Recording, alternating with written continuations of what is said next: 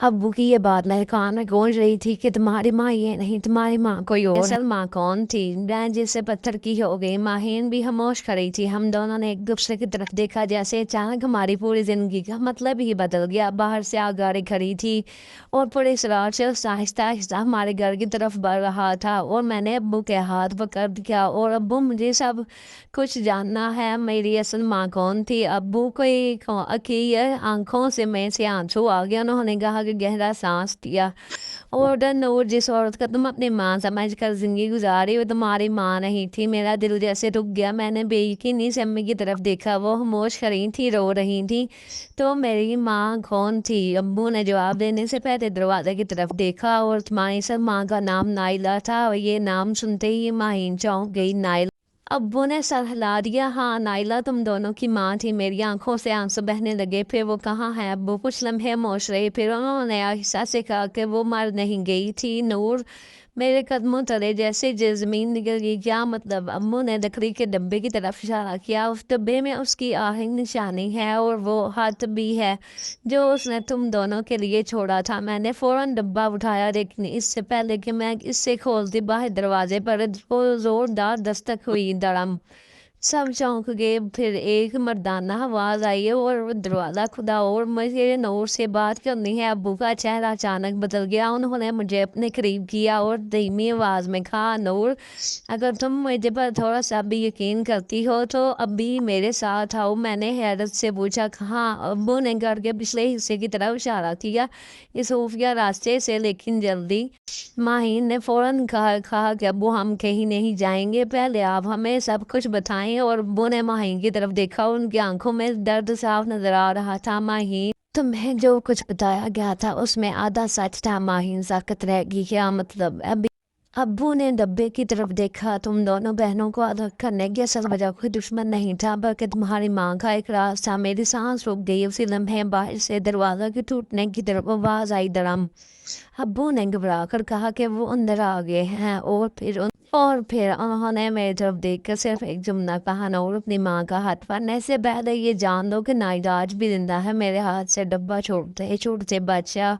Naila जिंदा थी तो फिर वो 25 साल कहाँ थी? अगर वो जिंदा थी तो उन्होंने अपनी दोनों बेटियों को दूर क्यों रही? और इस लम्हे दरवाजा खुला और सामने से वो पुलिस राक्षस खड़ा था, लेकिन इस बार उसके साथ एक औरत भी मौजूद थी। मैंने जैसे ही इस औरत का चेहरा देखा, मेरी सांस रुक गई। वो औरत मुझे देखकर रो रही थी, और फिर उसने सिर्फ एक दफा कहा, नूर। वो औरत मेरे सामने खड़ी थी। उसकी आंखों से मुसलसल आंसू बह रहे थे, और उसकी जुबान सिर्फ एक दफा से था, नूर। मेरे कदम जैसे जमीन पर जम गए।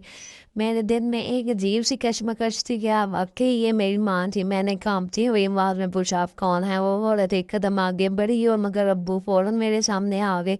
नूर पीछे रहो। औरत की आंखों में दर्द और बढ़ गया, और इसने धीमी आवाज में कहा, मैं तो मैं छीनने नहीं आई, मैं तो सिर्फ अपनी बेटी को एक बार देखने आई हूँ। मेरी आंखों से आंसू निकल आए। बेटी? माही ने अचानक आगे बढ़कर इसे गौर से देखा। जहाँ लम्हे तक वो खामोश रही, फिर इसके होंठ कांप दे लगे। ये उसने औरत की तरफ देखा, और ये वही तस्वीर वाली औरत है। मेरे दिल की धड़कन तेज हो गई। वो औरत आहिस्ता से बोली, हाँ माहीन, मैं तुम्हारी माँ हूँ। माहीन की आंखों में से आंसू बहने लगे। वो एक कदम आगे बढ़ी, मगर फिर रुक गई। अगर हमारी माँ है तो आपने हमें छोड़ा क्यों दिया? नायला ने आंखें बंद कर ली। मैंने तुम्हें छोड़ा नहीं था बेटा, मुझे तुम दोनों से दूर किया गया था। अब्बू ने नजरें झुका ली। मैंने फौरन अब्बू की तरफ देखा। क्या आप सर तो सब कुछ मालूम था? अब्बू ने खामोशी से सर हिला दिया। हाँ नूर, मुझे सब मालूम था। मेरे दिल को जैसे झटका लगा।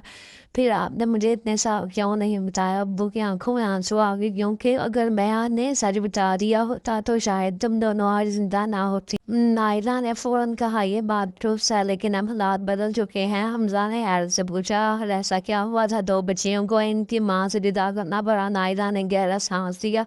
सिकंदर खान एक ऐसी मानत थी जिसे हासिल करने के लिए कुछ लोग किसी भी हद तक जाने को तैयार थे। मैंने पूछा कि कौन सी मानत? नायला ने میری طرف دیکھا وہی مانت جو آئی تمہارے ہاتھ میں موجود ہے. میں نظر فوراً لکڑی کے ڈبے پر گئی. نائلہ نے کہا اس ڈبے کو کھولو نور. میں نے کانپتے ہاتھوں سے ڈبے کا ڈھکن اٹھایا.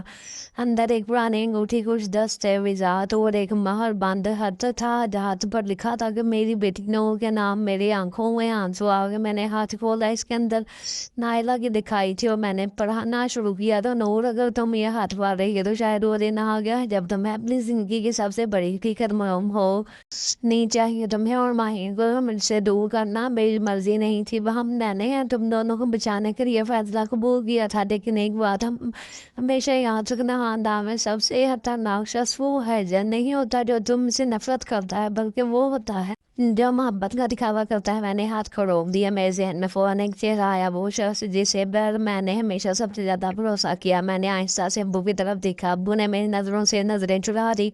میں دیر لوگنے لگا کیا واقعی خطرہ ہمارے اپنے گھر میں تھا. اسی لمحے نائلہ نے میری طرف دیکھا اور کہا نور جس شخص پر تم شک کر رہی ہو اس پر ابھی یقین مت کرنا.